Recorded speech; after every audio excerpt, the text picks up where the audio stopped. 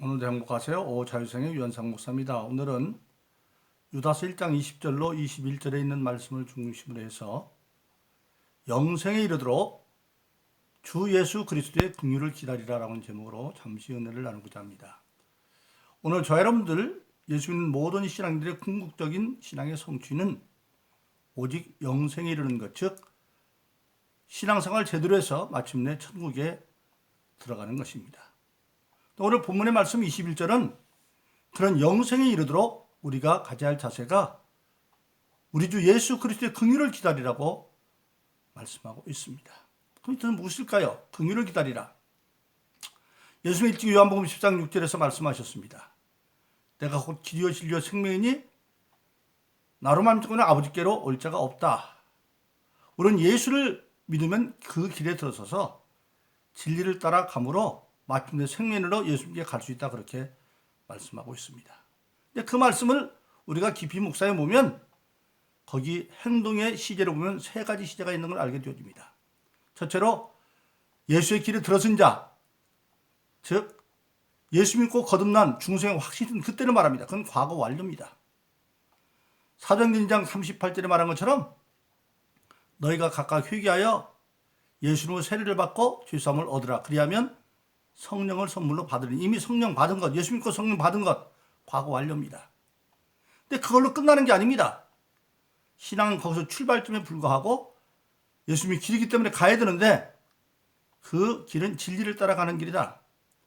그래서 구원받았다고 하는 말은 예수 믿고 거듭난 그때는 과거 완료지만 지금 예수 믿는 자로 가는 것은 현재 진행형입니다. 그래서 빌립보서 3장 12절로 14절에 보면 내가 이뤘다고 하는 것도 아니고 잡았다고 하는 것도 아니고 나는 오직 그리스도의 표대를 향해 달려가는 자다. 주님을 따라 달려가는 도상의 존재, 그건 현재 진행형입니다. 또 신앙은 매일매일 우리의 신앙이 현재 진행형이고, 그렇게 마침내 우리가 이 세상을 떠날 때나 또는 주님 재림할 때 만난 마지막에 이르는 것이 구원 받으리라, 즉 미래 완료로 주어져서 성경에 보면 디모데후서 4장 6절로 7절에 보면 사도 바울이 로마에서 순교 순간을 놓고 고백을 합니다. 내가 달려갈 길을 다 달려왔고 그 과정은 선한 싸움을 싸우는 길이었고 믿음을 지켰으니 이제 내게는 의의 면류관이 준비되어 있고 이것은 나뿐만 아니라 주님 나타나기를 기다리는 모든 자에게 다 허락된 것이다, 그렇게 말하고 있습니다. 즉 마지막에 최종적으로 자기 신앙의 길을 다 달려가서 악한 마귀와 선한 모든 미혹의 싸움을 이기고 믿음을 지킨 자, 그래서 마침내 영생에 이르게 되어져 있는 것입니다. 그런데 그 과정에서 성경에 보면 왜 긍휼을 힘입어야 되느냐, 그 과정에서 중도 탈락하는 사람들이 있습니다. 어떤 사람이냐? 예수 밖으로 나가버리는 사람들이죠. 로마서 8장 1절 2절은 예수 그리스도 안에 있는 자마다 다시는 정죄함이 없나니 이는 생명의 성령의 법이 모든 죄와 사망에서 해방했다, 그렇게 말하고 있습니다. 예수 그리스도 안에 있을 때 그렇게 되는 겁니다. 그런데 예수 그리스도 안에 밖으로 나가버린 자는, 믿다가 나가버린 자는 다시 회개할 수 없는 죄가 있어요. 그런데 히브리서 6장 4절로 8절에 이렇게 말하고 있습니다. 한번 비춤을 얻고 하늘의 은사를 맛보고 성령에 참여한 바 되고 하나님의 선한 말씀과 내세의 능력을 맛보고 타락한 자들은 다시 새롭게 하여 회개할 수 없나니 이는 자기가 하나님의 아들을 다시 십자가에 못 박아 현저히 욕을 보입니다, 그렇게 말하고 있습니다. 즉 예수를 다시 십자가에 못 박았다. 예수님이 십자가에 못 박아서 모든 죄를 대속하신 구속주가 되었는데 다시 못 박는 건 뭡니까? 예수밖에 다른 구원이 있다는 겁니다. 저희들이 신학교 다닐 때 제가 늦게 편입해 들어갔습니다마는 모 신학대학에서 예수밖에 구원이 있다고 많이 떠들어댔습니다. 예수밖에도 구원이 있다. 그런데 성경 틀린 말씀이죠. 우리가 생각하는 사도행전 4장 12절은 천하 만국을 구원할 다른 이름을 준 적이 없다고 그랬어요. 예수밖에 구원이 없어요. 그런데 그런 사회적으로 통합을 한다고 해서 예수밖에 구원을 이야기하는 자들, 예수 밖으로 나간 거죠. 그런 사람은 정죄를 받을 수밖에 없어요. 우리나라에도 실제 그런 사람이 있지 않습니까? 2004년도에 뭐 어떤 목사님이 동국대학교 불교대학생을 모아놓고 강연하는 자리에서 그런 얘기 했잖아요. 내가 예수 안에서 구원받는 것처럼 내 친척이 부처 안에서 구원받아 하던 게 잘못이 없다. 부처에도 구원이 있다고 말한 거예요. 그런 거 용서 못 받습니다. 또 우리가 잘 아는 요한일서 5장 16절은 그렇게 말하고 있습니다. 죄도 사망에 이르는 죄가 있는데 그것은 기도도 해주지 말라고 그랬어요. 즉 그 뭐냐, 배교한 죄들입니다. 성경에도 보면 사도행전 6장에 보면 초대교회에 7집사를 세웁니다. 그 기준이 성령 충만하고 지혜 충만하고 사람들에게 칭찬받는 사람을 7을 세우는데 그 7 가운데 한 집사가 니골라 집사입니다. 그런데 니골라가 나중에는 정죄받아서 니골라 당으로 예수 밖으로 나가버립니다. 왜 그렇게 됐어요? 그가 영지주의에 사로잡혀가지고 예수님이 요한복음 6장 63절 말씀하셨죠. 살리는 것은 영이니 육은 무익합니다. 내가 너희 이른 말이 영이요 생명이다. 육은 무익하다. 그걸 잘못해서 영주주의에 사로잡혀가지고, 영주주의는 뭡니까? 인간은 영과 육으로 되어 있는데 육은 악한 거고 영은 선한 건데, 선한 영이 육신 가운데 감옥살이 하는 걸 마찬가지인데 육신이 깨지면 영은 자유롭게 간다. 육신과 영은 나중에 아무것도 아니다. 그렇게 말하는 겁니다. 그래서 예수 믿고 한번 거듭나고 나면 그 뒤에는 육신으로 아무리 음란하든지 뭐든지 죄를 해도 상관이 없다. 그게 바로 니골라당들입니다. 오늘날도 그런 게 많이 있어요. 네? 그러듯이 예수 밖으로 나가버린 거죠. 그런 것은 중도 탈락합니다. 중도 탈락해요. 잘못 인생의 사람이 많이 있어요. 한 번 예수 믿고 성령 받으면 다시는 타락하지 않는다. 천만의 말씀이에요. 하나님은 우리 인간에게만 하나님의 형상인 자유의지를 줬어요. 인격을 줬어요. 그래서 만일 여러분 생각해 보세요. 아담이 하나님께서 에덴을 지키고 다스리고 하늘과 땅에는 모든 것 맞는 것들을 다스리고 그리고 땅을 정복하라고 했는데 아담에게 그런 능력이 있었어요? 없어요? 있어요. 왜? 악한 타락한 마귀들은 이미 하나님과 관계가 끊어졌지만 아담은 하나님과 관계가 맺어 있기 때문에. 그런데 결국적으로 아담은 뭡니까? 하나님이 창세기 3장에서 말한 것처럼 아담의 죄는 불순종이에요. 네가 네 아내의 말을 듣고 내가 먹지 말는 선악과를 먹었은즉 아내 말을 듣고 하나님 말씀 안 듣고 그게 불순종이죠. 그러면 하나님이 그것까지 예정했다는 얘기입니까? 아니죠. 그럼 우리가 전도할 필요도 없어요. 하나님이 예정 위해서 어떤 분, 우리나라 이단된 어떤 분이 그 아담이 죄를 징계된 거고 그러면 잠시 동안 고난을 받았지만 나중에 예수를 말면 구원받아서 천국 가니까 보상상 그거 잘못된 겁니다. 그래서 우리 인간에게는 궁극적으로 인격을 주었어요. 하나님은 무엇이 옳고 그른지 다 하는데 마지막 선택은 인간이 하는 거예요. 아무리 권고하지만.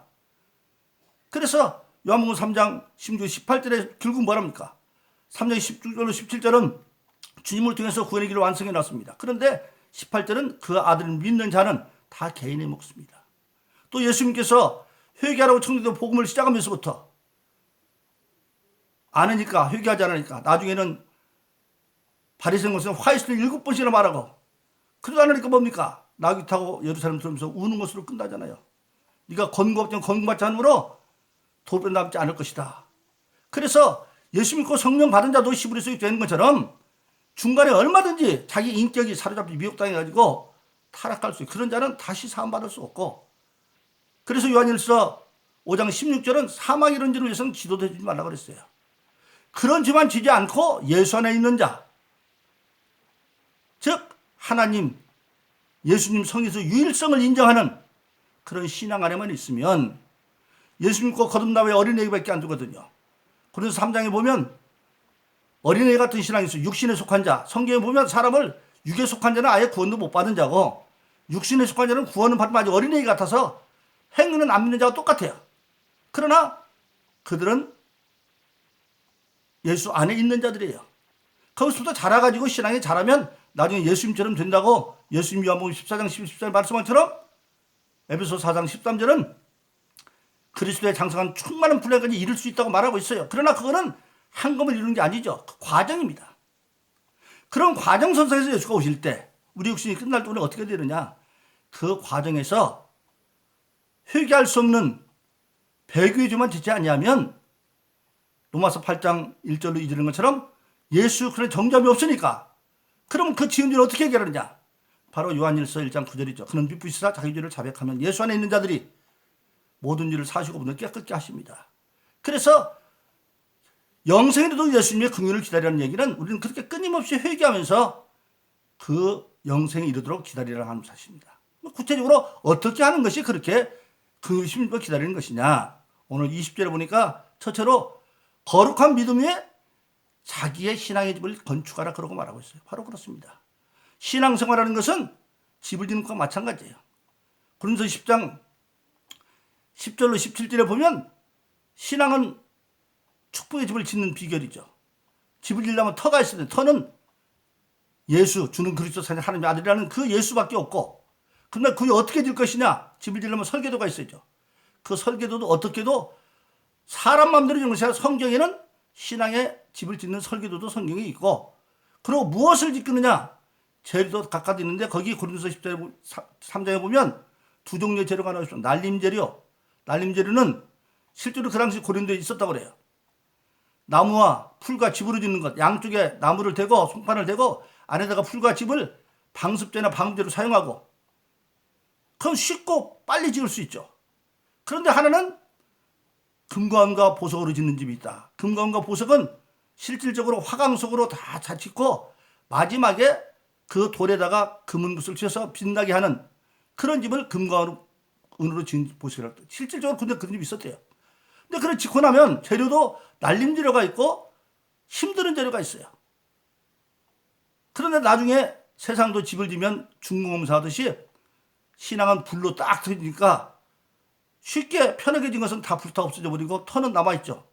그러나 화강소로 쪄서 금과 무슨 불에 안 타니까 공력이라면 상을 받고, 공력이 불타면 영혼은 거만데 불 가운데 받는 건 왜? 터는 안 타니까. 그래서 우리가 주님 영생을 얻기 위해서는 첫째 신앙의 집을 제대로 그렇게 지어가라. 그리고 두 번째는 뭐라고 말합니까? 오늘 20절 보니까 성령 안에서 기도하는 사람이 돼야 된다. 우리 신앙인은 하나님 앞에 소망을 가지고 있는 자입니다.